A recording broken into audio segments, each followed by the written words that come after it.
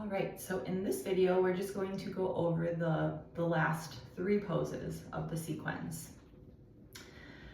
And if you're just getting started, I do suggest that you always finish with these.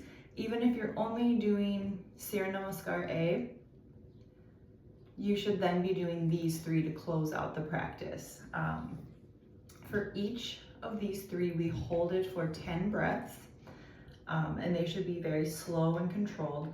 And really the point of these 3, again, is to close out the practice and to really just calm the nervous system overall. So we're just gonna go over those. And again, these are each held for 10 breaths, okay? So I'm going to show you the full expression, and then we are going to go over some modifications if you need them. So the first one is Bada padmasana. And so basically that's bound lotus pose. So first you're gonna take your lotus, if you can. So you start with your right foot, you bring your right foot in to kind of like that hip crease. And then you're gonna bring the left foot into the right hip crease. So lotus pose. And again, if you can't do this yet, that's okay. I'm gonna give you some modifications. But if you can, you're gonna take that, then you're gonna take your left arm, wrap it around your back, and grab your left toes. Then you're gonna do the same. You're gonna grab your right arm, wrap it around the back, and grab the right toes. So now we're bound in lotus. And then you take a big inhale to sit up tall, and then exhale to fold to the mat. You can bring your chin or your forehead to the ground. I like to bring my chin to the ground and look towards my nose. And then 10 breaths here. Again, if you can't do lotus, that's okay. I do suggest just in your day, if you're just hanging out, watching TV or just doing whatever, to kind of practice this. I think if you're, doing the practice regularly, you're going to slowly get stretched out. But yeah, even if you're just, again, sitting, watching TV, just bring in one leg at a time and just try and get that, into the crease. And slowly you'll get there. But for now, if you can't, you can take half lotus. So you can bring in 1 foot, or if you can't do that, just sitting cross-legged, however is comfortable for you. If you're not in lotus, you're obviously not going to be able to bind and grab your toes because they're much further away than if they're up here in lotus. So what you're going to do though is you do want to have some sort of heart opening, slight back bend. So you can either bring your hands into prayer behind your back. See, that's opening up the heart, bringing the shoulders back. This can also be a lot. So if you don't have that space in the shoulders yet, you can reach back, grab opposite elbows, or even wrists or hands. And so whatever you choose, you can just go ahead and do that. So let's just say we're sitting no lotus, just cross-legged, and then you want to grab your elbows or whatever you are doing behind the back. Again, sit up tall with an inhale, and then exhale, fold in as far as you can go. If you can bring your chin or your forehead to the floor, go ahead and do that.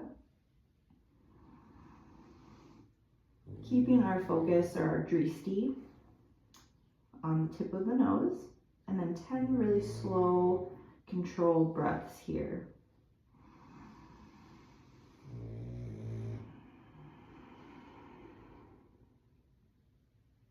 And then after 10, we inhale to sit back up, and then we move into yoga mudra. So you stay in whatever leg position you're in. So if you're, if you're just doing cross legs, you stay here.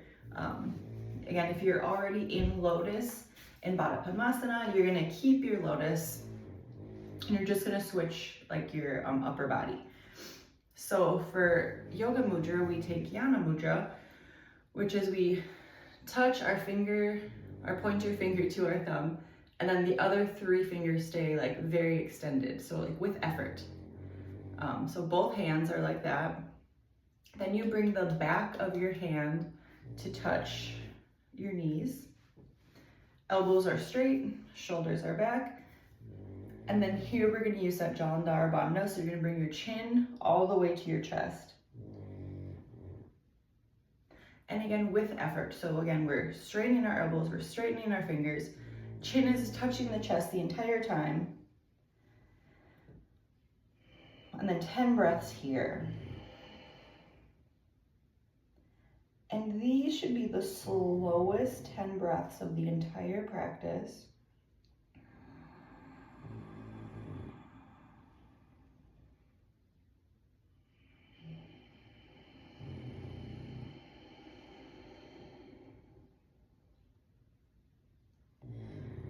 And we watch our chest rise and fall with every inhale and exhale, always breathing with sound.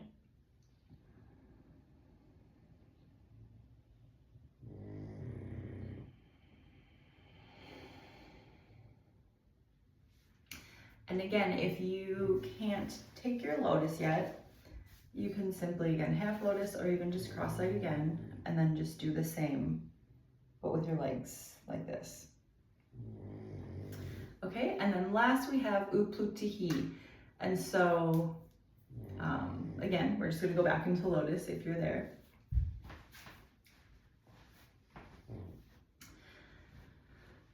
So you just finished your last breath, yoga mudra.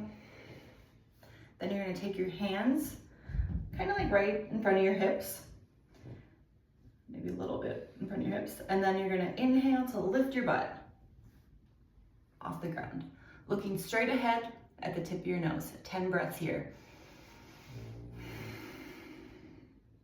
And sometimes I like to try and push my feet into like my arms, just to kind of stabilize that more.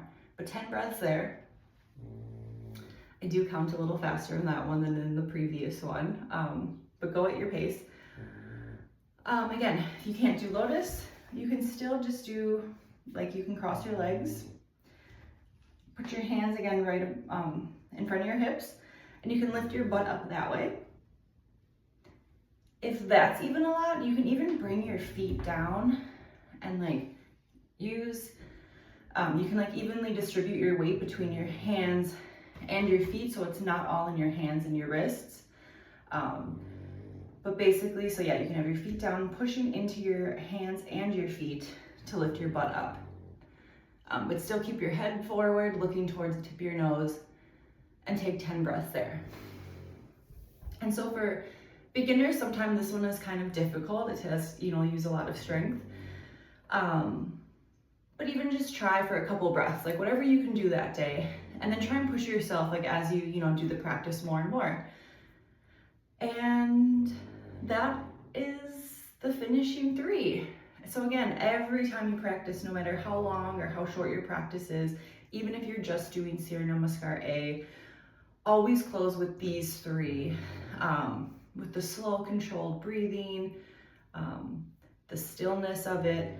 It's really just bringing like soothing and regulation to the nervous system, because when we finish our practice, we always want to be calm, right? We don't want to be all worked up and energy really high. We want to be calm when we leave the mat. So always finish with these 3. And again, we're holding them each for 10 breaths. So a lot of things that we're doing in the practice are 5 breaths, but the closing, including these 3, 10 breaths. And I think, again, these 3 should be very slow and controlled. And that is, that's the closing 3. As always, reach out if you have any questions about them. But happy practicing.